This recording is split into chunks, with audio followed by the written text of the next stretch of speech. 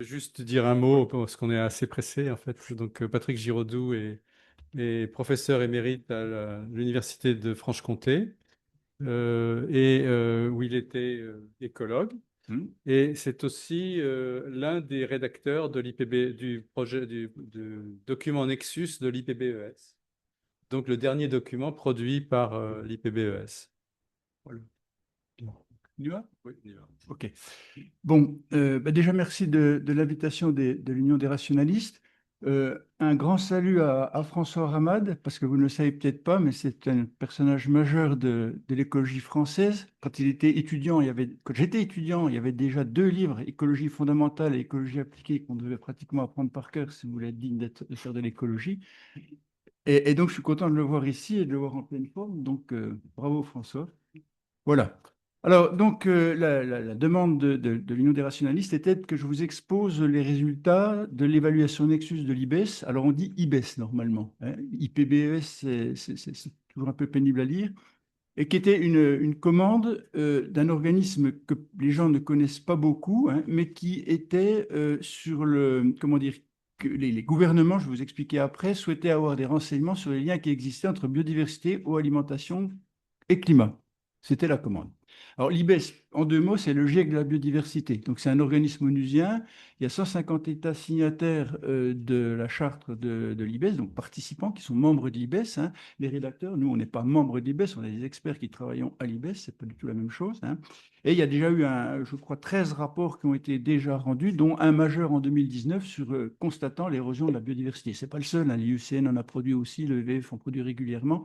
Mais l'avantage ici, c'est que c'est la parole scientifique, comme le GIEC. C'est-à-dire que tout ce qui est dit dans un rapport de l'IBES est appuyé par de la littérature qui a été examinée par des scientifiques dans un cadre pluridisciplinaire.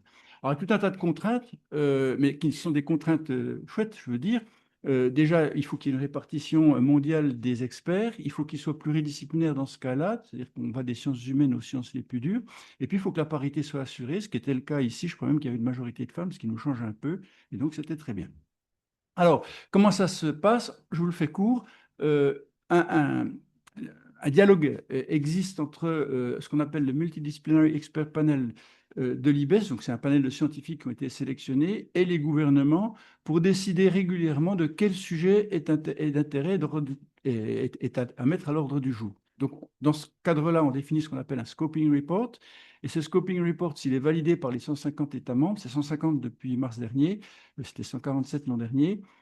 Donc, s'il est validé par les 150 États membres en plénière, à ce moment-là, il déclenche ce qu'on appelle une évaluation. Vous envoyez la timeline ici, hein, c'est-à-dire que c'est 3 ans en général, avec des itérations qui consistent à faire un premier rapport qui est soumis à évaluation publique, puis un deuxième rapport qui est soumis à évaluation publique toujours, mais avec une assistance des gouvernements, et enfin ce qu'on appelle un summary for policymakers, parce que les rapports finissent toujours par être épais, même si on est limité en place. Le rapport Nexus dont je vais vous parler, c'est 1700 pages. Personne ne peut lire un truc pareil, hein. Donc, pour les politiques, ça se réduit à 50 pages, hein, sur lequel on extrait la subscientifique moelle, mais les 1700 pages permettent de revenir éventuellement aux publications initiales qui justifient telle ou telle affirmation. Alors, c'est un travail collectif, vous voyez ces gens-là. On a pleuré quand on s'est quitté parce que, curieusement, bien qu'on venait de différents milieux, de différentes disciplines, etc., la mayonnaise a pris tout de suite et on a pu d'emblée travailler en pluridisciplinarité, ce qui était quand même assez plaisant. Alors le problème, on l'a déjà évoqué, mais on va le voir de façon transversale. Hein, le monde, il est confronté à des crises qui sont interdépendantes, de perte de biodiversité, d'insécurité hydrique et alimentaire, de santé et de changement climatique, et elles s'amplifient les unes les autres.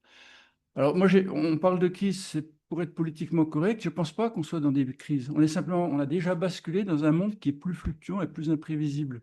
Et donc, ce n'est pas des crises qui, à un moment donné, vont s'arrêter. C'est simplement, on va vivre du fait du réchauffement climatique, mais aussi avec d'autres raisons, dans un monde qui est plus compliqué par l'amplitude des variations qu'on peut subir, par leur imprévisibilité, par les conséquences que ça peut avoir. Donc, c'est plus tellement des crises. Mais enfin, on continue à les appeler des crises. Alors, par contre, ce qui a été montré, c'est que traiter les choses en silos séparés, c'est-à-dire biodiversité d'un côté et puis insécurité hydrique de l'autre, ou bien système alimentaire dans un troisième camp, ben, ça ne marche pas. Ça ne marche pas et je vais vous montrer que c'est très contre-productif. Alors, on va faire un petit détour avant d'aller au rapport lui-même pour le cadrer, hein, parce que le sujet est quand même bien biodiversité et souvent on ne voit pas d'où viennent les causes, hein. Une question a été posée, finalement, qu'est-ce qui fait que ça s'effondre pour le moment? Bon, ben, vous en avez au moins une explication corrélative là, hein, c'est la démographie humaine. Vous voyez à peu près qu'on a passé, c'est plus de l'exponentiel, c'est de l'hyperbole à ce niveau-là, en un siècle, de 2 milliards d'habitants à 8 milliards d'habitants. Alors déjà, ça, c'est une performance, biologique en tout cas. Mais en même temps, au 19e siècle, le PIB mondial par habitant était de 605 dollars et le PIB mondial par habitant maintenant est aux alentours de 8000, ce qui a été multiplié par 14 fois. Donc en fait, on est 4 fois plus nombreux qu'au 19e siècle, mais 4 fois plus nombreux consommant 14 fois plus. Alors, on l'a dit, c'est totalement schématique comme truc, parce qu'il y a des inégalités énormes entre pays, dans les pays. Donc, les moyennes, là, elles ne veulent pas dire grand-chose. Mais ça donne une image de ce qui se passe. C'est que pour le moment, on a une pression sur l'environnement qui est simplement le résultat de notre démographie et de notre consommation. C'est tout, hein. Il n'y a pas d'autre raison. Alors, on s'en est pas trop mal tiré jusqu'à maintenant. Vous regardez la courbe. Dans la partie la plus linéaire que j'ai un peu étalée pour qu'on la voit mieux, mais la partie quand même de la branche d'hyperbole, on a réussi à nourrir la planète. Alors là aussi, quand je vous dis ça, vous avez le droit de me jeter des cailloux. C'est pas vrai. Il y a encore des gens qui ont faim. Il y a encore des tas de problèmes alimentaires qui se posent, hein. Mais globalement, quand même, on meurt moins de faim maintenant qu'il y a un siècle ou deux. Et ça s'est fait à surface constante. Parce que tout ce qui est cultivable durablement, pour le moment, est cultivé. C'est-à-dire que les extensions qu'on peut voir sur la forêt équatoriale, etc., ne peuvent pas correspondre pour le moment à l'échelle où ils le pratiquent et avec l'intensification où c'est pratiqué à une consommation durable. Alors, les résultats, ben, on les a, hein. Premièrement, on a enfin, une introduction massive de tout un tas de chimiques. Et là, c'est qu'une liste agricole, hein, insecticides, fongicides, bactéricides, herbicides, régulateurs de croissance, rodenticides, enfin tout ce que vous pouvez imaginer, mais on a parlé tout à l'heure d'autres types de pollution qui sont simplement liés à notre mode de vie. Deuxième chose, c'est qu'on a un changement structurel qui est une urbanisation croissante des populations humaines. 70% de la population sera urbaine en 2050, c'est pas neutre. Et la conséquence, ben, c'est que cette courbe d'exponentiation de la population humaine est totalement à mettre en parallèle avec l'extinction des espèces. Alors on sait pourquoi, hein. Il y a 5 critères qui ont été pointés en quelque sorte, alors avec là aussi beaucoup de nuances à apporter selon les échelles de temps, selon les échelles d'espace, selon où on est, hein. L'importance des uns n'est pas toujours équivalente. Destruction des habitats terrestres et marins, on en a parlé tout de suite, Sylvie. Surexploitation des populations animales et végétales, l'océan est bien placé aussi. Changement climatique, oui. Ben, vous voyez, pour le moment, ce qu'on est en train de faire, là, hein, bon, c'est pas totalement du climat, c'est plus de la météo. Mais bon, les pollutions, on en a parlé. Et puis la propagation anthropique d'espèces invasives, ça, c'est quelque chose qui est aussi important, au moins dans les milieux terrestres, probablement en partie aussi dans les milieux marins. Je pense que ça doit jouer quand même, hein. Bon, alors, à partir de là, les constats, ben, c'est ça, c'est quelque part, vous voyez, chaque année, on a entre 50 000 et 70 000 tonnes de produits phytopharmaceutiques en France qui sont vendus, euh, et que quelque part, on voit dans le même temps des choses qui se passent à la fois du côté de la biodiversité, les chutes de population d'insectes notamment, mais en même temps aussi des problèmes sanitaires qui se posent, notamment là, on voit qu'on a une augmentation des cancers de pancréas, les leucémies infantiles sont en train d'augmenter, etc., etc. Donc on a tout un tas de problèmes, mais c'est des problèmes qui sont très difficilement liables, et là je pense à notre collègue juridique, parce que c'est diffus tout ça. Donc avoir une preuve de cause et effet dans un système, c'est très très compliqué, et je pense que les juristes doivent s'arracher les cheveux quand on est face à ce genre de problème. Bon. Alors, la biodiversité, on n'en parle pas tant que ça, donc je suis content que l'Union des rationalistes s'empare de ça, parce qu'on parle bien du réchauffement climatique. Mais la biodiversité, ça passe un petit peu sous le tapis, même si quelque part, on voit bien qu'il se passe quelque chose. Ça ne manque pas d'émissions de télé, ça ne manque pas de warning dans les journaux. Sauf qu'on n'en voit pas les conséquences. Le réchauffement climatique, on les voit. Alors, la question qui vient derrière, c'est la biodiversité, à quoi ça sert? Bon, alors déjà, ça, c'est une question qui m'énerve. Donc, j'ai envie de dire à rien comme Mozart, allez vous faire foutre. Bon, c'est énervant. Je veux dire, avoir des millions d'espèces à l'issue de 3 milliards et demi et plus d'années d'évolution. Je parle même quand je vois le cosmologue, il doit encore plus dans la profondeur du temps, lui. Bon, pensez à ça, et que toutes ces espèces sont sur une ligne d'arrivée Ce matin, on nous a dit que 99% des espèces, et certainement plus, ont disparu. Bah oui, ça c'est vrai, hein. Donc tous ceux qui sont là, de la bactérie à l'homme, et je ne hiérarchise pas, à ce niveau-là, c'est des gagnants. Bon, c'est quand même pas mal quand même, hein. Est-ce qu'on irait détruire la Joconde ou est-ce qu'on irait détruire une partition de Mozart? Bon. Alors après, ben non, il y a des raisons, hein. Elles ont été évoquées ce matin en grande partie. Sylvie nous en a reparlé aussi. Il y a des tas de raisons. La biodiversité produit quelque chose qu'on appelle des services écosystémiques. J'ai horreur de ce terme-là, hein. Les services écosystémiques, c'est quelque chose qui a été inventé, alors à bon escient, hein, par Costanza et ses collègues à un moment donné, qui est un économiste en fait de l'environnement, et qui s'est dit, bon sang, si on n'arrive pas à économiser l'écologie, eh ben, on ne sera pas entendu. Il avait raison, d'une certaine manière. Donc, il s'est dit, essayons de voir ce qu'apporte l'écologie en termes de dollars à la société. Alors, on peut chiffrer ce que ça apporte en termes de pollinisation, ce que ça apporte en termes de régulation des ravageurs, etc. C'est ça, cette notion de service écosystémique.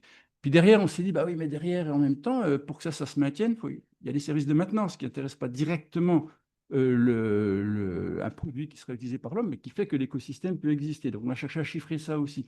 Mais c'est vite des impasses quand même, parce que pour des raisons que je ne peux pas trop exposer ici, ça a une utilité, mais il faut ne le considérer que comme une utilité provisoire.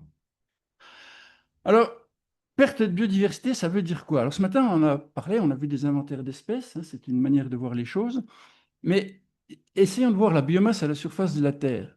83% des plantes, pardon, 83% de la biomasse terrestre, c'est des plantes. Bon, 17%, c'est des microbes, des archées, des virus, des bactéries, des protistes, puis des champignons. Alors, vous me direz, 83 et 17, ça fait 100. On est où? Nous, on est dans les virgules.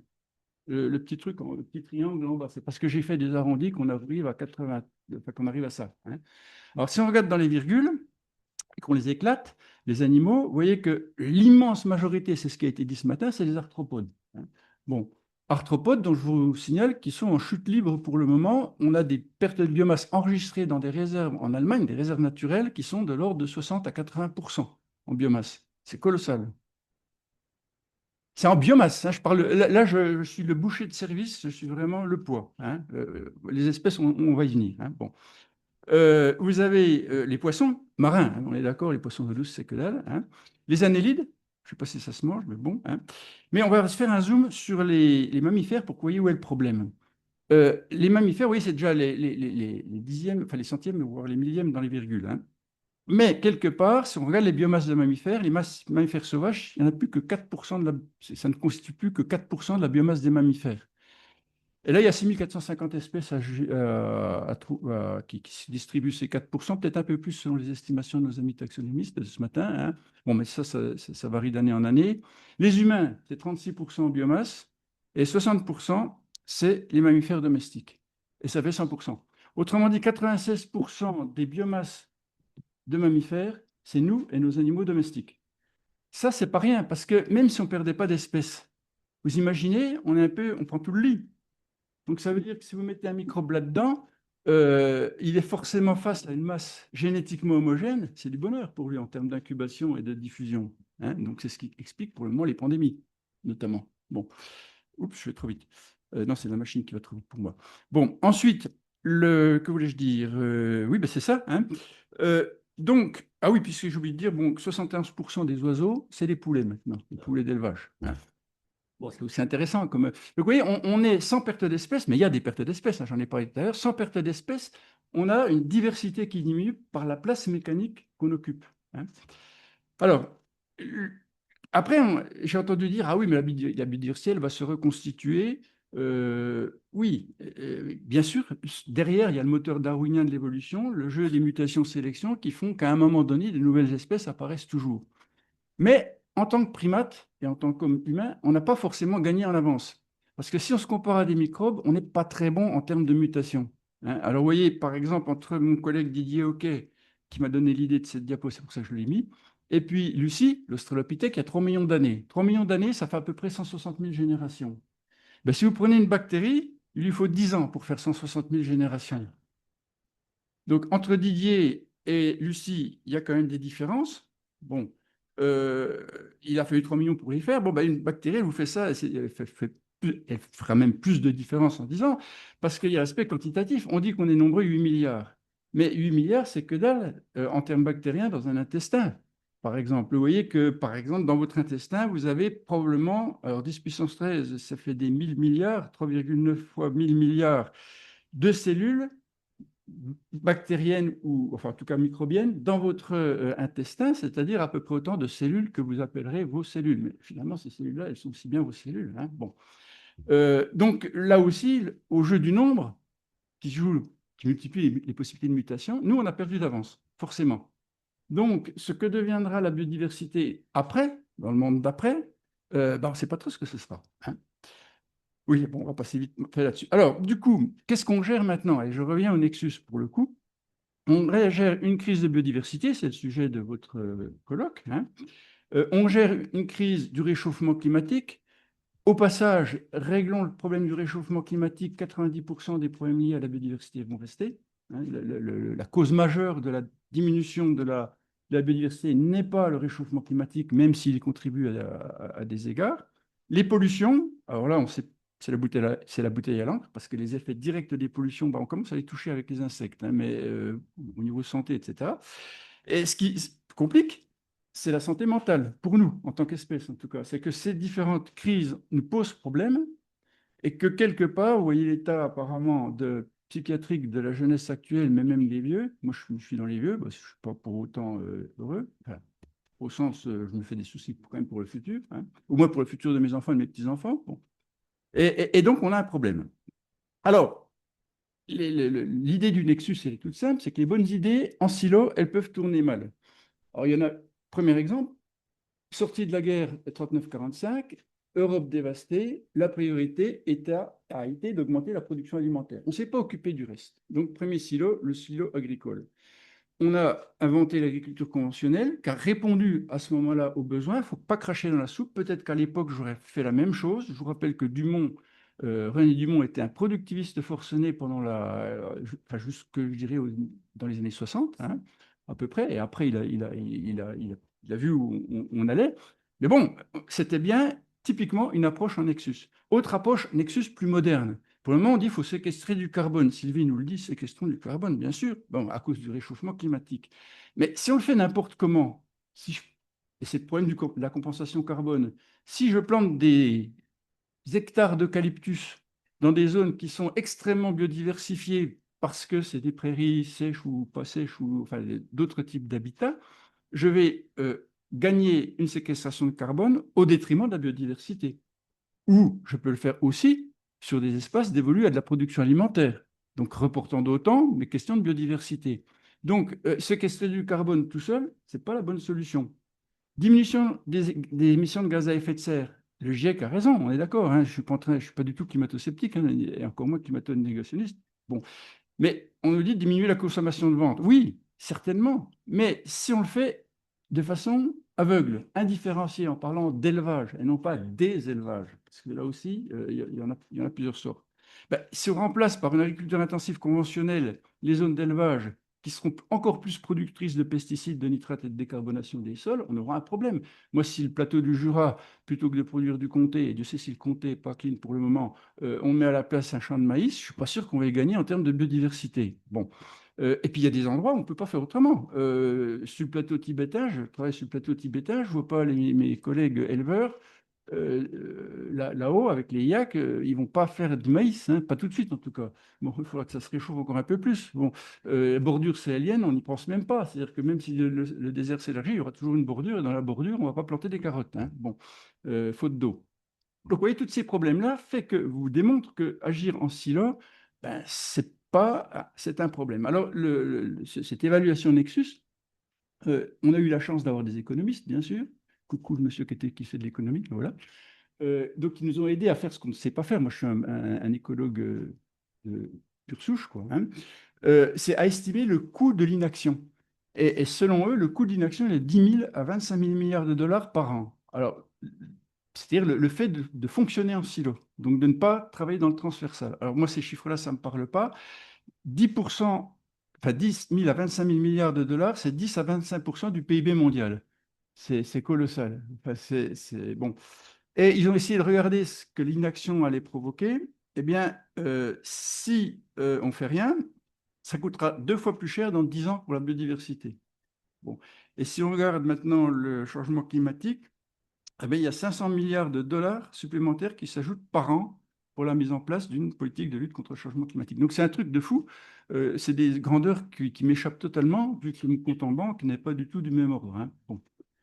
Alors, je passe le constat, parce que le constat, je pense, les constats, c'est des constats partagés.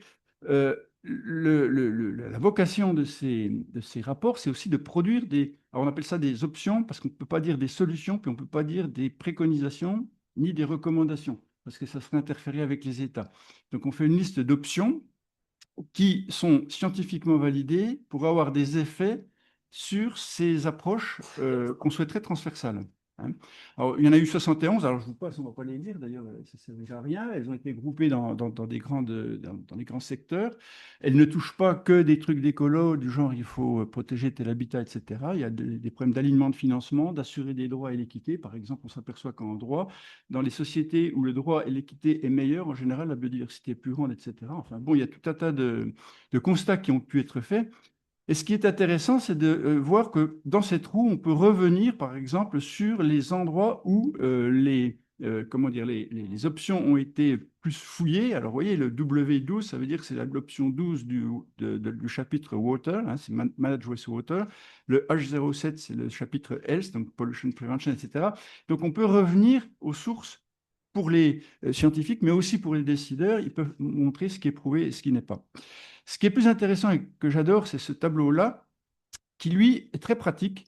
Il dit, si vous prenez une décision, par exemple, vous voyez en haut à gauche, Conservation Ecosystem, vous avez la B01 qui est Area Based Conservation, c'est les aires protégées. Ça nous montre où sont les impacts. C'est-à-dire que, par exemple, la première B01, vous voyez que ça a un impact fort sur la biodiversité. Bien sûr que si on protège à un moment donné, il sera un impact fort. Un impact plutôt modéré sur l'eau, un impact plutôt modéré sur l'agriculture, sur la santé finalement plus fort que le reste, et puis sur le réchauffement climatique aussi. Mais vous voyez que vous avez aussi des choses qui sont contre-productives dans le rewilding, hein, c'est le réensauvagement, ça s'appelle. C'est la B08. Vous allez lire B08, comment ça se dit, hein? Vous voyez que carrément, là, c'est négatif sur le système alimentaire. Tout simplement parce qu'on va protéger des zones ou les réensauvager au détriment de l'agriculture. Bon, alors il y a peut-être d'autres raisons derrière. Donc ces tableaux-là nous montrent que nous obligent d'une certaine manière à considérer pour chaque décision ce qui pourra être en quelque sorte. Oui, 5. Ok, ça marche. Euh, d'accord, ça marche. Voilà. Alors donc du coup, les options, ben, elles nous disent aussi dans ce rapport qu'il n'y a pas de solution, au sens il n'y a pas de recette. Bon, il y a des options. Et que la mise en application de ces options, eh ben, pour le moment, on ne sait pas encore faire le transversal. Et que ce transversal-là, eh bien, il faut que comment dire, le mettre en place. Et ce qui est encouragé, c'est plutôt le bottom-up, c'est plutôt le local, c'est plutôt à ce niveau-là, comment dire, avec derrière les questions de ce qu'on appelle upscaling, c'est-à-dire que si on fait quelque chose à une échelle locale, comment le transposer à des échelles plus larges et réciproquement. Donc, c'est ces questions-là, c'est un chantier qui est ouvert pour le moment, hein. Alors, petite illustration, puis après je passerai vite à la fin, hein, qu'est-ce que c'est cette histoire de Nexus? Ben voilà une approche classique, un barrage qui a été fait au Sénégal pour de l'irrigation, donc à vocation alimentaire. euh, donc développement de l'agriculture, ça a été une réussite, hein, mais qui a été fondé aussi sur l'utilisation de fertilisation minérale. Donc ces fertilisants minéraux, bien sûr, ont été lessivés, sont passés dans l'eau, donc on favorisé la prolifération d'une végétation submergée avec du coup la prolifération des animaux qui vivent dans cette végétation submergée. Donc, c'est deux sortes d'escargots d'eau douce qui, eux, sont porteurs de parasites qu'on appelle les bilharzies, deux espèces, et une augmentation de la schistosomiase humaine, deux catégories, intestinale et puis urinaire. Donc, l'approche classique, c'est d'appeler un médecin qui vous dit « Ouh, on a un problème là. Allez, tous les gamins qui pissent rouge, on les met, pas à l'ambulance, ça se fait plus, mais au praziquantel. Mais les gamins ils vont se baigner, et puis 2 ans plus tard, ça sera pareil, etc. Et itérativement, bah, on résoudra un problème sanitaire d'une certaine manière, avec les formes de résistance qui peuvent apparaître, c'est pas si simple que ça, hein. Et finalement, c'est pas une résolution durable. Alors, qu'est-ce qu'ils ont trouvé comme solution? Ils ont trouvé que finalement, on chopait la bilharziose en mettant ses jambes dans l'eau au point d'eau, donc on a cherché de l'eau. Donc, enlevons la végétation submergée. Alors, enlever la végétation, ça peut poser des problèmes de biodiversité, j'y reviendrai, hein. Mais restons sur cette idée-là. Mais Tant qu'il y a les sous, on va l'enlever la subvention, mais quand il n'y aura plus les sous, qui va le faire? Et la question qui a été posée, ben, elle a été posée aux agronomes et aux vétérinaires. Ils sont aperçus qu'avec cette végétation, ils pouvaient faire du compost qui était 64 fois moins cher en termes d'efficacité de fertilisant que le fertilisant minéral. Et puis, ils se sont aperçus aussi qu'on pouvait en faire un ensilage, en gros, donc de la nourriture animale. Du coup, le problème a été résolu, c'est-à-dire qui va enlever la végétation? Ben, c'est les paysans, puisqu'ils y ont intérêt. Donc, du coup, on a un système qui était gagnant à tout point de vue, gagnant pour les paysans, gagnant du point de vue santé. Ça a diminué effectivement la, comment dire, la prévalence de la bilharziose urinaire, moins pour l'intestinal. Et on s'est assuré par des études écologiques que ça n'affectait pas la biodiversité globale à l'échelle du barrage, hein, puisque c'était des prélèvements qui étaient ponctuels sur les points d'eau. Donc voilà une approche Nexus. C'est-à-dire ceux qui sont autour de la table, c'est toutes les parties prenantes, appuyées par des scientifiques venant de disciplines différentes. Alors je passe vite parce que apparemment je suis déjà au bout. J'ai vu évoquer One Health, c'est Sylvie qui l'a fait, je crois, hein, Une seule santé. Hein. Bah, effectivement, c'est une déclinaison. Alors, je vais passer trop vite, très vite là-dessus. Hein. C'est une déclinaison qui est un cas particulier de Nexus. C'est-à-dire que la crise pandémique, ce n'est pas une notion nouvelle, elle date de 2004. Hein. Et c'est comment dire, une convention de la Rockefeller Society qui a promu le mot d'ordre One World, One Health en 2004. Puis après, plus rien. Plus rien sauf dans les cercles limités. Mais on a eu la chance d'avoir une belle pandémie. Là, ça a secoué les gens. Et là, tout d'un coup, ils se sont réveillés en disant, waouh, il y a ce concept-là. Maintenant, on va pouvoir commencer à comprendre, mieux comprendre comment les pandémies se déclenchent. Donc, on a ce concept d'une seule santé qui agite pratiquement toutes les ARS de France, mais aussi à l'étranger. Je passe vite. Ça pose des tas de questions, notamment celle de la définition de santé des écosystèmes. Ce n'est pas pour autant que la notion de santé humaine ou de santé animale est plus claire, si on revient sur les définitions OMS. Donc, il y a tout un débat à conduire là-dessus. J'ai combien là? C'est fini? 2 minutes. Alors, des systèmes complexes. Le problème qu'on a par rapport à cette idée de nexus, c'est qu'on a une sorte de perniciosité de la diversité des parties prenantes et de la complexité des problèmes, combiner des disciplines, combiner des échelles d'espace et de temps. Et en plus, diversité des parties prenantes, pas toujours formées à l'objet sur lequel ils doivent intervenir. Combien de fois je vois mélanger, là je suis à l'Union des rationalistes, donc je suis heureux de le dire, j'en ai marre que les animalistes nous fassent de l'écologie. Disent qu'ils nous en fassent, qui disent qu'ils font de l'animalisme. Après tout, c'est tout à fait respectable d'un point de vue philosophique, spirituel, enfin dites ce que vous voulez, mais qu'on ne prenne pas des prétextes d'écologie pour nous parler d'animalisme, et inversement. Oula. C'est bon. Donc, le problème, c'est que aussi la force de preuve, on n'est pas en physique là, hein, la force de preuve du biologique est quand même pas toujours facile. C'est-à-dire que vous avez des preuves qui peuvent être basses ou robustes, mais en même temps, vous devez créer des consensus sur les preuves quand il s'agit d'action. Donc, vous avez des consensus qui sont bas et élevés, ils peuvent être aussi bien sur des preuves robustes que sur des preuves basses. Et ça, cette variabilité du système, variabilité socio-écologique, j'allais dire, sociale du système, ben, c'est quelque chose qui est à prendre en compte. Je passe vite parce que là, on n'y arrivera pas. Bon, je passe vite aussi là-dessus parce qu'on n'y arrivera pas. Donc, la morale de l'histoire, ben, c'est qu'on a une évaluation qui est intéressante parce qu'elle est approuvée par les 147 États membres en décembre, qui sont 150 maintenant, mais il y en a 3 qui sont montés dans le bateau, donc du coup, ils approuvent. Donc, on peut s'appuyer là-dessus pour aller vers les États en leur disant attention, regardez ce qui est dit là, là, là et là.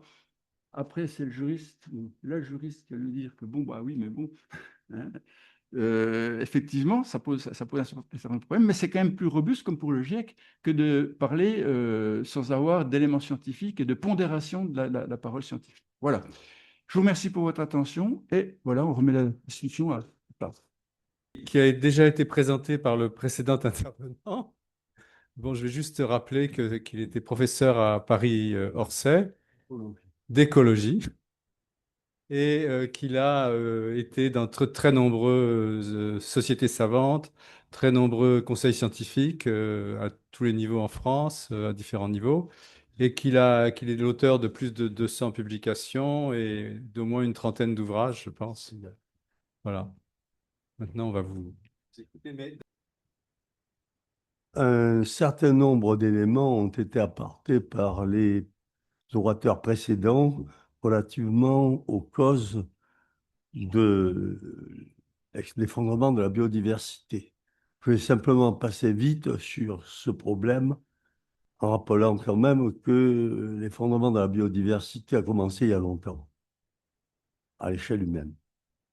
Je passe sur les extinctions. En fait, l'extinction des grands animaux, mammifères et oiseaux, a suivi les traces de la colonisation des différentes régions continentales par l'homme. Et on constate, même si d'autres facteurs sont intervenus, on sait par exemple que la disparition des mammouths est aussi due à une réduction de surface de la steppe à mammouth qui existe aujourd'hui encore, mais sur des surfaces plus restreintes en Sibérie. Alors là même, on constate que les extinctions s'accélèrent depuis les temps modernes, hein, et il s'agit là uniquement d'espèces de grands vertébrés. N'oublions pas que les Malgaches primitifs ont fait disparaître les oiseaux éléphants qui faisaient 3 mètres de haut et dont les œufs faisaient 20 litres de volume. Il n'y a pas que les grands mammifères. Alors, évidemment, l'IPBES a donné ses courbes. C'est les pourcentages d'extinction au cours depuis les temps modernes, le début des temps modernes. Et vous voyez cette accélération selon les grands groupes animaux. Elle est spectaculaire. Elle atteint au moins 1% par an, ce qui est tout à fait énorme. Tout à fait énorme. Alors, je passe sur l'Anthropocène. Euh, le constat est que les espèces disparaissent à l'heure actuelle à une vitesse estimée parfois supérieure à 100 fois la vitesse, entre guillemets, naturelle d'extinction. Et que l'IPBES, 1 million d'espèces menacées de disparaître dans les prochaines décennies. Alors, en réalité, l'UICN, qui est l'organisme international chargé d'appliquer les sciences biologiques à la mise en œuvre de la préservation de la nature, c'est-à-dire des écosystèmes naturels et de leur biodiversité, a établi une hiérarchie du degré de menace sur les aires protégées qui vous a été présenté ce matin. Je ne reviens pas là-dessus. Et vous voyez que le risque d'extinction s'accroît parmi les espèces qui sont évaluées, hein, depuis avec des préoccupations jusqu'à éteinte à l'état sauvage et au-delà. Alors, on constate que le déclin dans certains groupes animaux est effrayant, en particulier des coraux. Cela a été évoqué précédemment, mais le déclin est aussi valable pour les oiseaux, les mammifères et plus encore pour les amphibiens. Alors, quelles sont les causes de l'effondrement de la biodiversité? Alors, deux causes majeures: le développement technologique fulgurant mis au profit d'une économie capitaliste mondialisée, entre autres, qui est intermêlée avec des choses comme le trafic de l'ivoire, etc. Il ne faut pas l'oublier, hein. Et l'explosion démographique de l'humanité, qui a été déjà évoquée, mais qui est aussi tout à fait spectaculaire.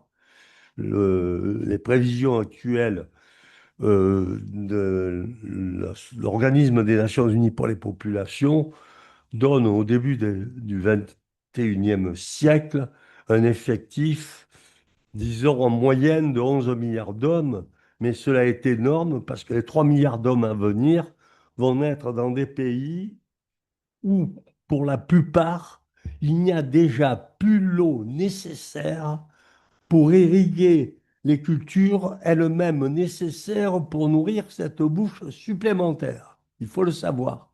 Et on en a vu quelques remous avec l'affaire de l'Ukraine et l'arrêt temporaire d'exportation de céréales vers l'Afrique subsaharienne.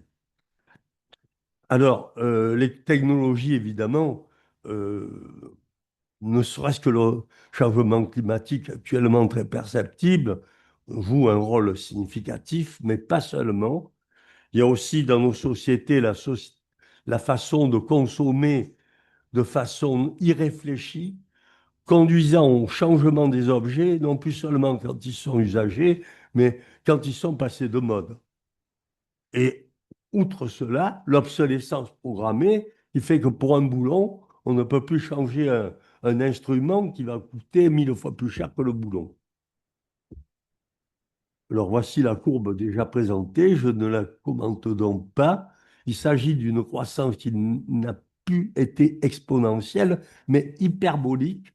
Je rappelle que dans la croissance hyperbolique, le taux de croissance s'accroît avec le temps, ce qui a été le cas jusqu'à une descente d'une date récente qui a été marquée par la Chine qui a résolu de stabiliser sa population et de façon efficace.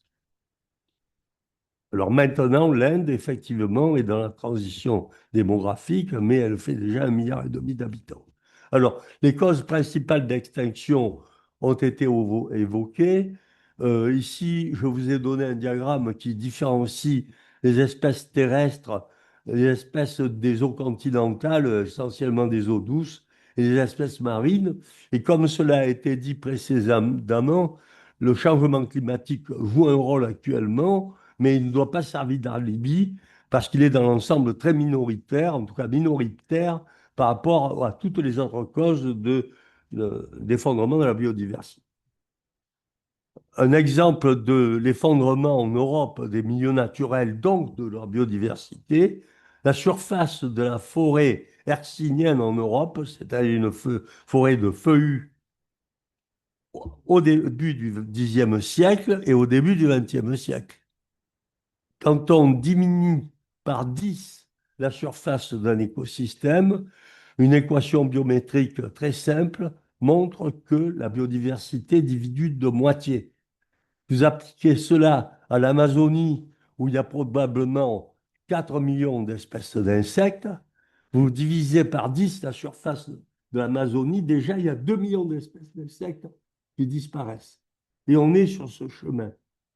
Sans compter les changements climatiques. Je vous rappellerai que dans les États proches de l'Atlantique, de l'Amazonie, qui ont été les plus déboisés, à l'heure où je vous parle, les précipitations annuelles ont été divisées par 2, entre autres. Alors, on a aussi en Amérique du Nord, envers le devenir de la forêt dite primitive, vous voyez qu'aux États-Unis, a été quasiment éradiqué. Pareil à Madagascar. À Madagascar, la cause est entièrement intrinsèque, c'est que la forêt de Madagascar est transformée régulièrement, peu à peu, en charbon de bois pour chauffer une population elle-même en croissance.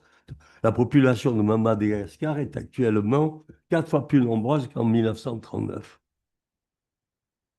Autre chose, le développement à vaste échelle des cultures d'exportation. J'ai pu voir moi-même à Bornéo d'immenses surfaces de forêts primitives, pluvieuses, tropicales, là où la biodiversité mondiale continentale est à son maximum, transformée à perte de vue en des plantations de palmiers à huile, c'est-à-dire on remplace 200 espèces d'arbres à l'hectare par une espèce sur 17 millions et demi d'hectares du nord de la Malaisie ont été convertis en plantations de palmiers à huile. Et je ne parle pas de Kalimantan, c'est-à-dire de Bornéo, qui est plus grand encore. Hein.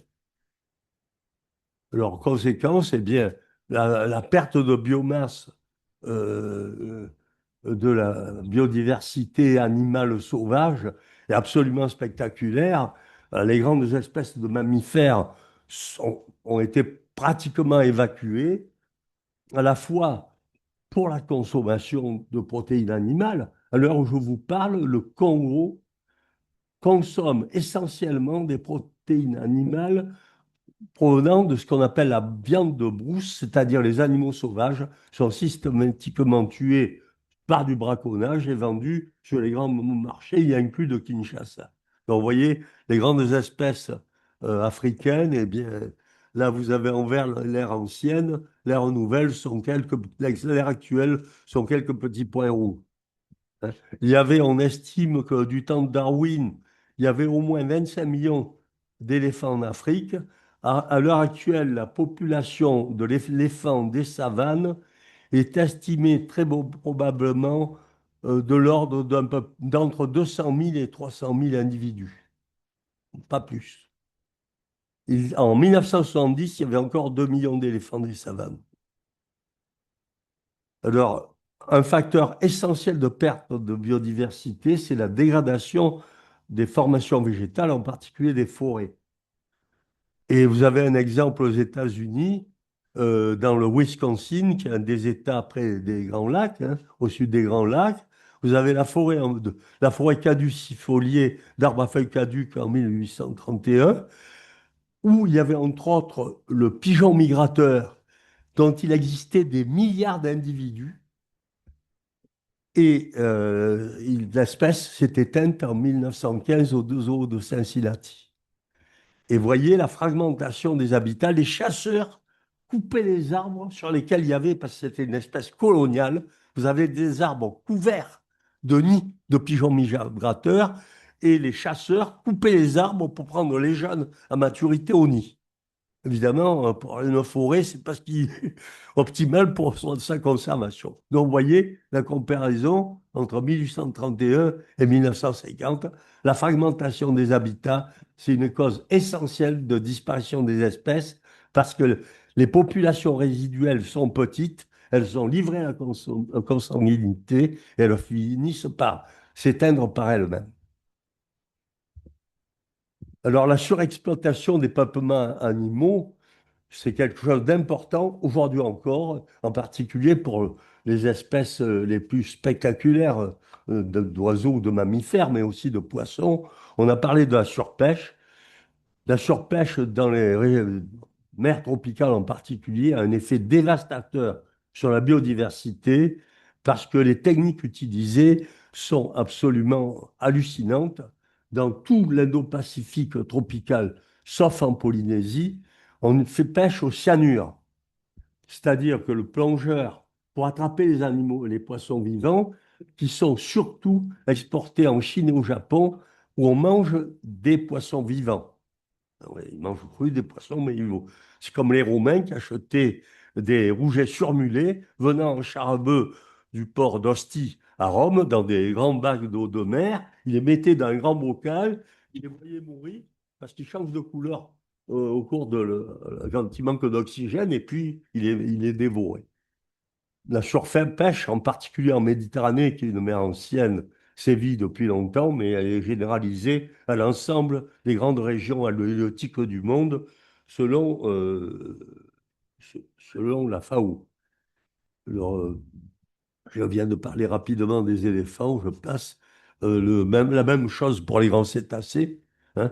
Le grand rorqual bleu, dont vous avez montré un exemplaire, il y avait, on estime, 200 000 exemplaires en 1900 dans l'océan Austral. Quand on a arrêté la pêche en 1962, il n'y en avait plus que 2 000 exemplaires au maximum.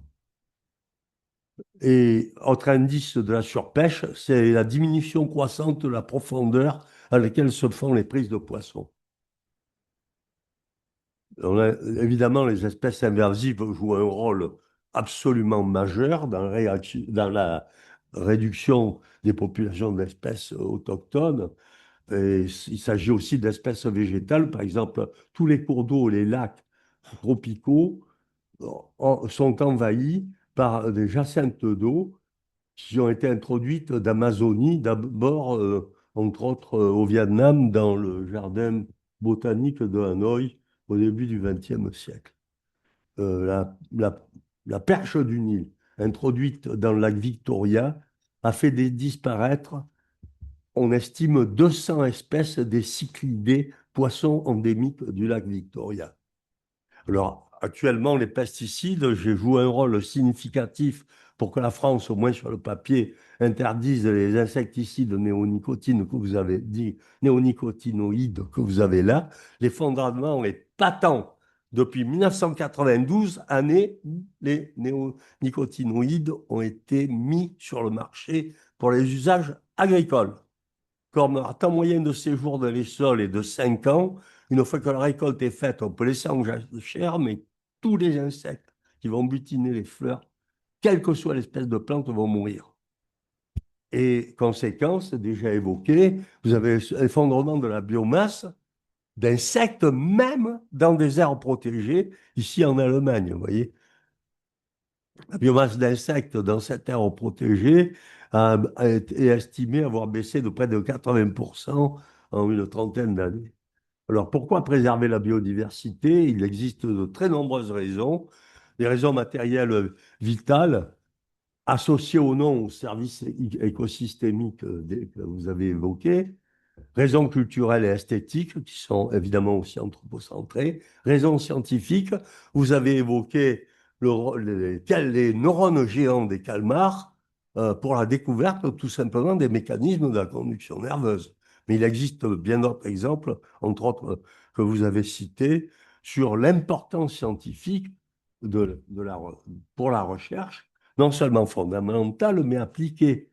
Rien ne nous dit qu'à l'heure actuelle, il y a en Amazonie une plante qui a un principe antibiotique actif qui soit le plus puissant contre le bacille de la tuberculose que tous les antibiotiques existants. Cette plante peut disparaître. Les raisons éthiques, elles sont discutées, elles ne sont pas discutables à mon avis. On ne met pas à la poubelle les œuvres de Mozart. Et elles peuvent être biocentrées, donc je reviendrai très rapidement là-dessus. Alors, les services écosystémiques, je les rappelle, vous avez les services d'approvisionnement, les services de régulation, entre autres climatiques. La destruction des forêts tropicales, c'est très simple, on va transformer l'Amazonie en un désert rouge parce que dans les régions tropicales, la forêt, par un phénomène d'évapotranspiration, est à l'origine de 80% des précipitations. Vous coupez la forêt amazonienne, on va passer de 2 mètres d'eau par an à environ 300, 400 millimètres au mieux par an. C'est le Sahel, ça. Hein. On le démontre avec les isotopes lourds, mais j'ai vraiment pas le temps de vous expliquer ça. Alors, il y a les services de régulation, évidemment, ça a été évoqué, services culturels et éducatifs, les services de support aux écosystèmes, évidemment. Ne serait-ce que parce que la formation des sols, c'est quelque chose d'essentiel au point de vue service écosystémique. Alors, vous avez là un schéma qui montre l'interaction des services écosystémiques avec les besoins humains et aussi l'influence des facteurs indirects de changement sur les services écosystémiques et ainsi que les facteurs directs de changement. Mais je sais que je suis limité en temps, je ne vais pas détailler ce diagramme. Alors, la biodiversité pour l'alimentation humaine, eh bien, vous en avez entre autres les pollinisateurs, j'en ai parlé rapidement, mais il faut savoir que les abeilles ne pollinisent qu'une petite partie de l'ensemble des plantes cultivées. En masse de production alimentaire, 35% de la production alimentaire dépend des pollinisateurs. Vous éliminez les pollinisateurs, vous voyez, c'est une famine généralisée déjà.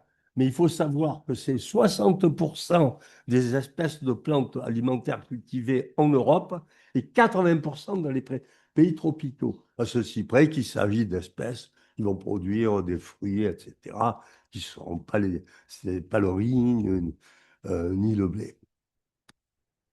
Alors, un problème particulier pour la protection de la biodiversité, ce sont les centres de biodiversité des plantes cultivées.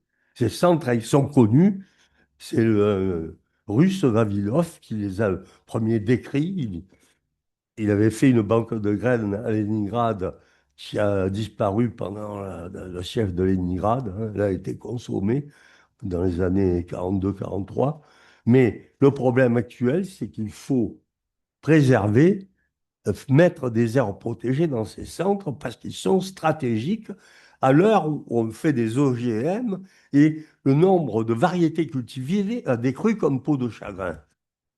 Un exemple de l'utilité des espèces sauvages dont sont issues les espèces cultivées, c'est le sauvetage de la culture de manioc dans les années 60 grâce à un manioc sauvage qui vivait de façon relictuelle dans quelques vallées du piémont des Andes. Et on a pu, en recroisant cette espèce avec le manioc cultivé, sauver le manioc de maladies cryptogamiques, des rouilles, qui étaient en train de détruire la culture du manioc, entre autres en Afrique, où c'est la principale plante alimentaire en Afrique subsaharienne. Alors, on a aussi le rôle de la biodiversité sauvage pour les médicaments. Je passe rapidement ce tableau. Vous voyez qu'aussi bien les plantes que les animaux, les champignons, les bactéries, les organismes marins, etc., sont à l'origine de substances utilisées pour la santé. Et si je donnais un tableau actuel, parce que ça, c'était au début des années 2000, on se rendra compte que le nombre d'espèces sauvages qui servent à la santé publique a bien augmenté depuis. Un exemple, c'est la pervenche de Madagascar, là encore, une espèce protégée, une espèce menacée, qui vivait dans quelques vallons profonds, sauvée de l'incendie de la forêt occidentale de Madagascar, qui a été totalement détruite par l'incendie. Et cette plante s'est avérée renfermer deux substances, la vinblastine et la vincristine, qui sont utilisées de nos jours comme anticancéreux contre des leucémies sanguines et des lymphomes. Leurs raisons esthétiques et récréatives, on les connaît toutes, hein, pas seulement les sports de nature, mais simplement la marche dans la nature, c'est vastement répandu. Des raisons culturelles, quand on pense à la place de la nature non seulement dans la littérature, mais dans la pensée philosophique humaine. Des raisons éthiques, parce que est-ce que l'homme peut s'arroger le droit d'éradiquer, de faire le génocide de ce qui est autour de 4 milliards d'années d'évolution? On en est là. On en est là. Alors, parmi les justifications éthiques, il y a ce diagramme qui montre l'extension de la considération pour ce qu'est la biodiversité au plan éthique, depuis l'individu jusqu'à l'ensemble de la biosphère, en passant par l'ensemble des peuples du monde. Il y a une extension des droits, on a assisté à une extension des droits, et d'abord, droits de l'homme universels, tels qu'on les conçoit maintenant, mais au-delà, puisque certains philosophes parlent à juste titre du droit de l'animal, ce qui n'a rien à voir avec les animalistes. Alors, bon, comment préserver la biodiversité? Vous avez différentes mesures ici. Mesures juridiques d'abord, et puis aussi, effectivement, dans la nature. Alors, de nombreuses conventions internationales réglementent la biodiversité. Ramsar pour les zones humides, la Convention de Bonn, la Convention de Berne qui protège les habitats naturels et la faune, y compris les ours et les loups, que le gouvernement français a déclaré de contrôler, de faire une régulation des populations. La Convention de Rio, dont on a parlé évidemment, qui est une convention mondiale des Nations Unies. Alors, la COP 15 a précisé un ensemble des choses. Alors, la COP 15, c'est la COP 15 pour la Convention de la biodiversité, comparable à la Convention pour le réchauffement, contre le réchauffement climatique. Alors, dans la COP 15, on voit de nombreux engagements, en particulier les 23 cibles déjà évoquées, dont protection de 30% des terres émergées, des eaux intérieures, restauration des écosystèmes émergés et des écosystèmes et financement. La COP 16, qui est la plus récente, c'est le 19 décembre, il y a une erreur, hein, c'est le 19 décembre 2024, pas 2022. Bon, il y a eu quelques compléments à la COP 15 de Montréal, en particulier stratégie des financements, parce que les fonds de Montréal avaient été plus ou moins n'avaient pas été débloqués, associer les peuples autochtones à la préservation des écosystèmes, ce qui est essentiel eu égard à leur vision de l'importance de la biodiversité. Alors, il faut hiérarchiser les niveaux de conservation. C'est l'iceberg de la conservation qui a été un peu évoqué par notre juriste. Vous avez ce qui émerge, c'est la conservation in situ, dans des zoos, dans des jardins botaniques, etc. Ça a permis de sauver des espèces. Mais on ne peut pas faire des zoos en arche de Noé. Par exemple, le risque d'Arabie, qui était chassé par les magnats du pétrole avec des autos décapotables avec une mitrailleuse sur le toit, avait été éradiquée et les Américains ont sauvé quelques individus, élevés dans l'Arizona et retournés dans les années 70 en Arabie. Alors, la préservation in situ, ce sont les aires protégées. Il y en a six catégories de la plus stricte à la moins efficace. Les réserves naturelles strictes, par exemple en France, la réserve naturelle nationale de Camargue, les parcs nationaux, qui sont, eux, ouverts au public, les monuments naturels, les réserves naturelles de biodiversité, les zones de paysage protégées, c'est-à-dire les parcs naturels régionaux français, qui ne sont que des zones de paysage protégées où la biodiversité entre nous n'a pas grand-chose à voir, hein. Et les aires de gestion de la productivité, on réglemente la pêche et la chasse sans plus. Alors voici un peu la répartition mondiale des aires protégées. On constate qu'en milieu océanique en particulier, ce n'est pas tellement brillant par rapport aux 71% et quelques de surface de l'océan mondial. Et un autre point qui est problématique, c'est que là, vous avez les 36 points chauds de la biodiversité mondiale, 3% de la surface des terres émergées, plus de 50% de la biodiversité sont des points chauds de la biodiversité. Pourquoi? Parce que certains ont un endémisme, c'est-à-dire que des espèces, parfois de plantes, ne vivent que sur quelques dizaines d'hectares au maximum, hein. Donc c'est là où il faut faire absolument et au plus vite des réserves intégrales. Alors d'autre part, il faut la protection de la nature en dehors des aires protégées, l'essentiel. Alors d'abord, il y a faire des relais faisant des corridors pour éviter justement le problème de la fragmentation des habitats dans les aires protégées, c'est-à-dire faire des corridors avec d'autres types de zones où la biodiversité est quand même protégée, type Natura 2000, ou arrêter de biotopes en France. Et d'autre part, euh, il y a tout le domaine, essentiellement l'espace rural et la foresterie, où il faut changer une véritable révolution et entre autres passer à l'agriculture biologique, dite doublement écologique actuellement, sur laquelle l'INRA en France travaille de plus en plus. Alors, l'IPBES a fait une mise en garde mondiale sur la biodiversité en 2019 qui reste entièrement valable, évidemment, plus que jamais. Et l'IPBES, dans Nexus, a présenté à nouveau un ensemble de points forts, restauration écologique, renforcer la résilience des écosystèmes, créer des zones marines à protection forte. L'océan au large n'est pas protégé, en dehors des ZE. Replan TDE, évidemment, et restaurer la naturalité, parce que j'ai vu partout dans le monde, j'ai eu la chance d'aller dans 85 pays différents, partout les haies sont ratatinées, hein. Accroître la protection et la restauration des zones humides, qui sont des zones de très haute biodiversité. Que faire? Eh bien, je vais très vite. On ne peut pas faire la nature bunker comme là, une aire naturelle, une réserve naturelle intégrale, et puis tout le reste a été ratatiné.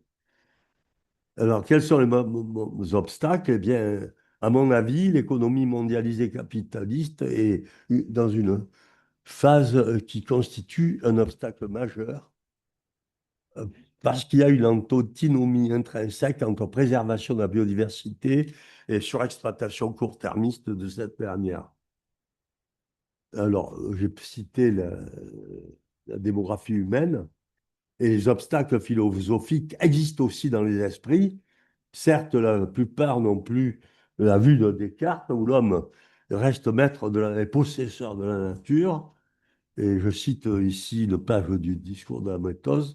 L'anthropocentrisme est un obstacle majeur aussi, parce que l'on voit, et cela se voit aussi au travers des services écosystémiques, la biodiversité n'est conçue que comme quelque chose d'utilitaire.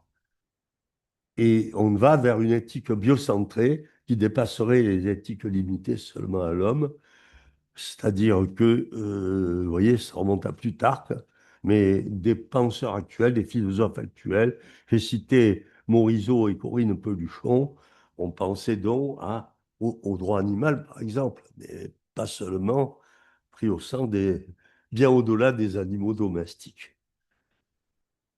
Alors, en conclusion, quel soit le scénario pour l'humanité et pour la biosphère, bien, vous voyez qu'on a le choix entre un dépassement volontaire de l'Anthropocène en bas et business as usual, continuer, et on arrive là.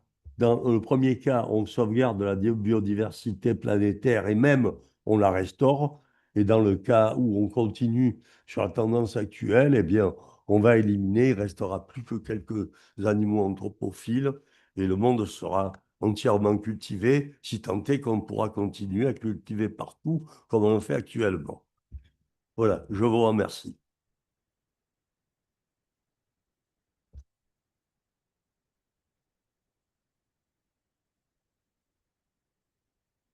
Si vous permettez, Monsieur le Président, vous m'avez demandé d'exposer le monde en 5 minutes.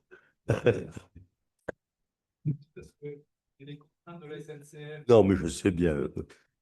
Étant Marseillais, je galère.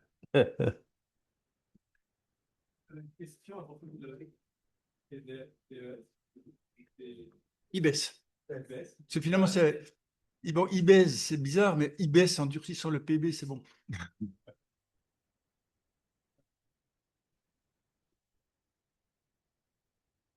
Aussi de l'IBES seront perceptibles par les politiques français, par exemple, vont participer aux élections.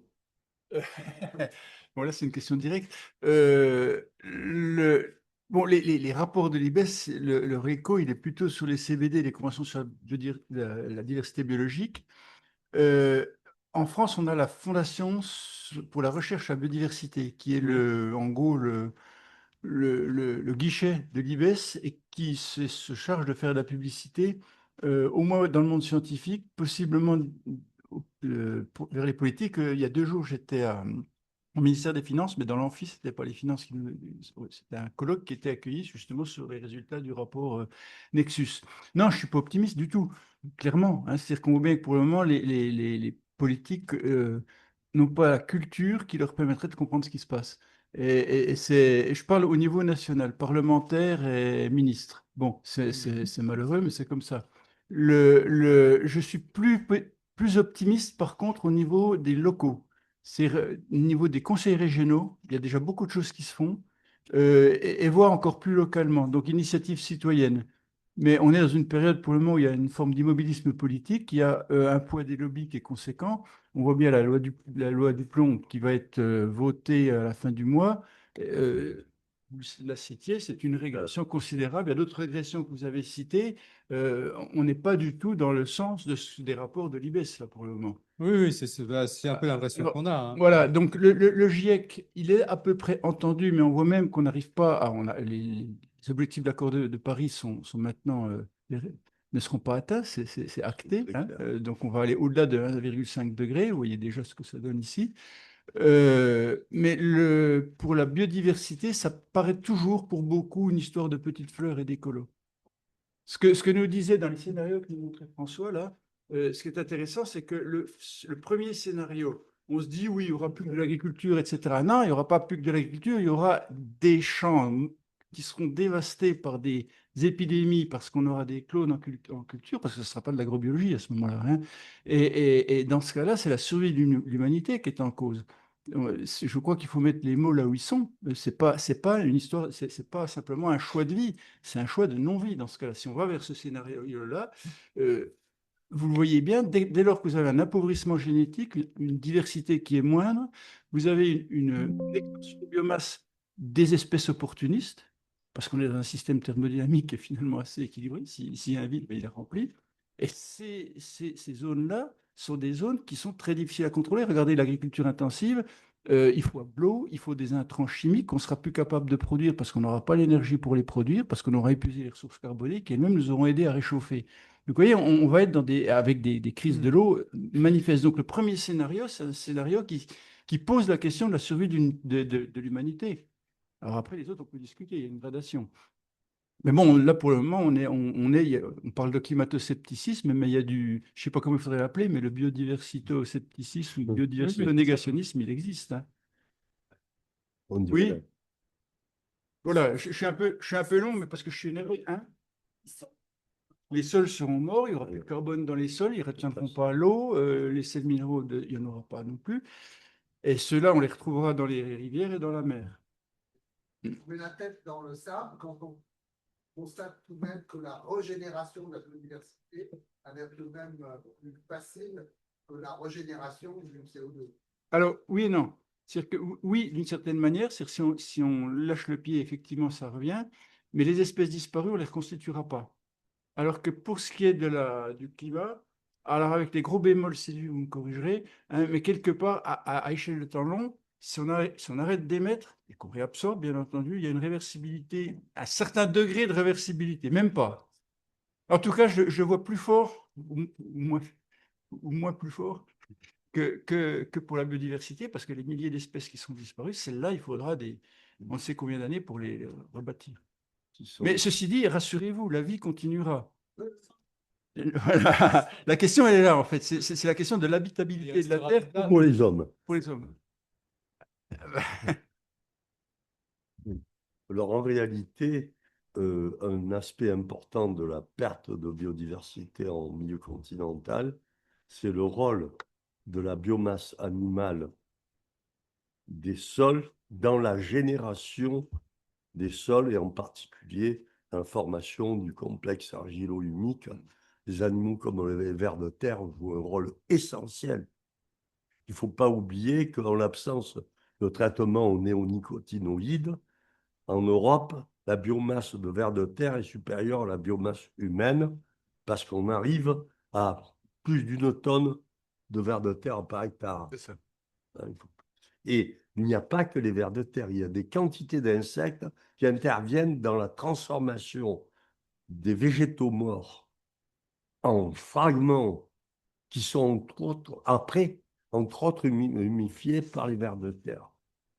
S'il n'y avait pas ces insectes qui mangent des feuilles mortes, en gros, eh bien, les vers de terre ne pourraient pas se nourrir, sauf un groupe d'entre eux, les anéciques, enfin, je ne vais pas me lancer là-dedans, ils vivent en surface. Ce ne sont pas eux qui sont les plus importants. En gros, 90% de la respiration du sol, ça peut être mesuré, ça, globalement, c'est des bactéries, des micro-organismes, des champignons. 10%, c'est ceux qu'on cite, mais qui sont en biomasse importante.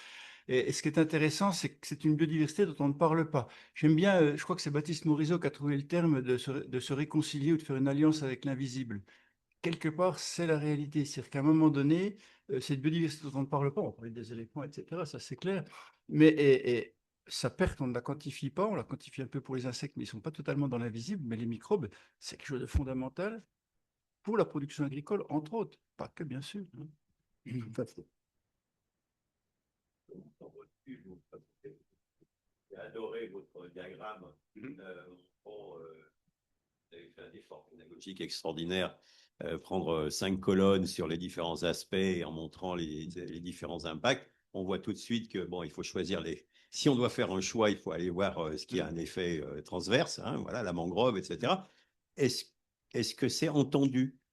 Ou alors c'est simplement oh, c'est trop compliqué votre truc ou je sais pas. Enfin, quelles sont les réactions? C'est difficile à dire. Ça a été éprouvé par les États en décembre. On est 6 mois plus tard. Le temps que ça percole au niveau au niveau national, on va dire ça comme ça, dans le climat actuel, pour le moment, je considère que ce n'est pas entendu du tout. Bon, mais ça ne veut pas dire que ça ne le sera pas. C'est important de prendre date, que les choses existent. Maintenant, la mesure de ce qui sera fait, on ne pourra la voir que dans quelques années. Oups, excusez-moi. C'est une histoire de... Non, mais c'est clairement effectivement très, très important parce que la description de l'ensemble de ces interactions, c'est tellement compliqué que si on n'est pas spécialiste, et même si j'ai bien compris que vous deviez être beaucoup pour pouvoir produire ça, il faut bien quelque part de voir quels sont les leviers les plus efficaces. Et c'est ce que vous commencez à proposer. Alors oui, mais de manière transverse. Je ne vous ai pas tout dit. Avec le rapport Nexus, parce que moi j'ai répondu à la commande rapport Nexus, je ne me suis pas aventuré sur un deuxième rapport qui a été produit en même temps qu'on appelle le Transformative Change Assessment. C'est-à-dire qu'il lui regarde les leviers qui permettent de mettre en place le Nexus. Et là, qu'il le regarde de point de vue sociopolitique, clairement. Donc, c'est un autre rapport. Je ne m'en suis pas fait le rapporteur parce que là, c'est vraiment pas ma compétence. J'aime bien être aux marges de ma zone de confort, mais quand même, il y a des limites, quoi. Et donc, ces deux rapports sont complémentaires. Moi, la question que je me pose surtout, c'est est-ce qu'ils vont servir à caler des tables de nuit ou pas?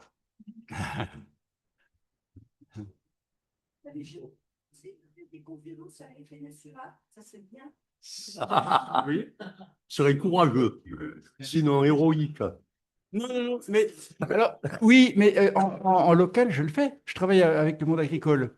Mais c'est plus facile de discuter en local que dans les positions nationales. Oui. Là, on peut avancer. J'ai pu faire des trucs effectivement, vous savez, le renard que je voulais vous montrer, la vidéo, c'était pour vous montrer ce qu'on peut faire en local. Bon, on n'a pas le temps. Bon, voilà.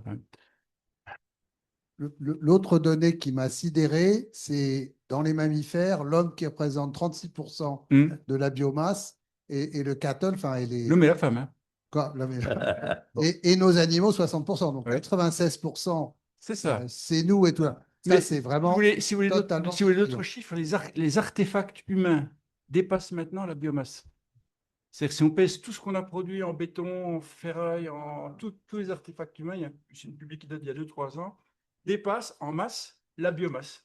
Bon, on fait. Ouais, la biomasse totale. Donc, ça vous dit une idée de l'impact. On peut va vous peut-être, remercier infiniment. merci.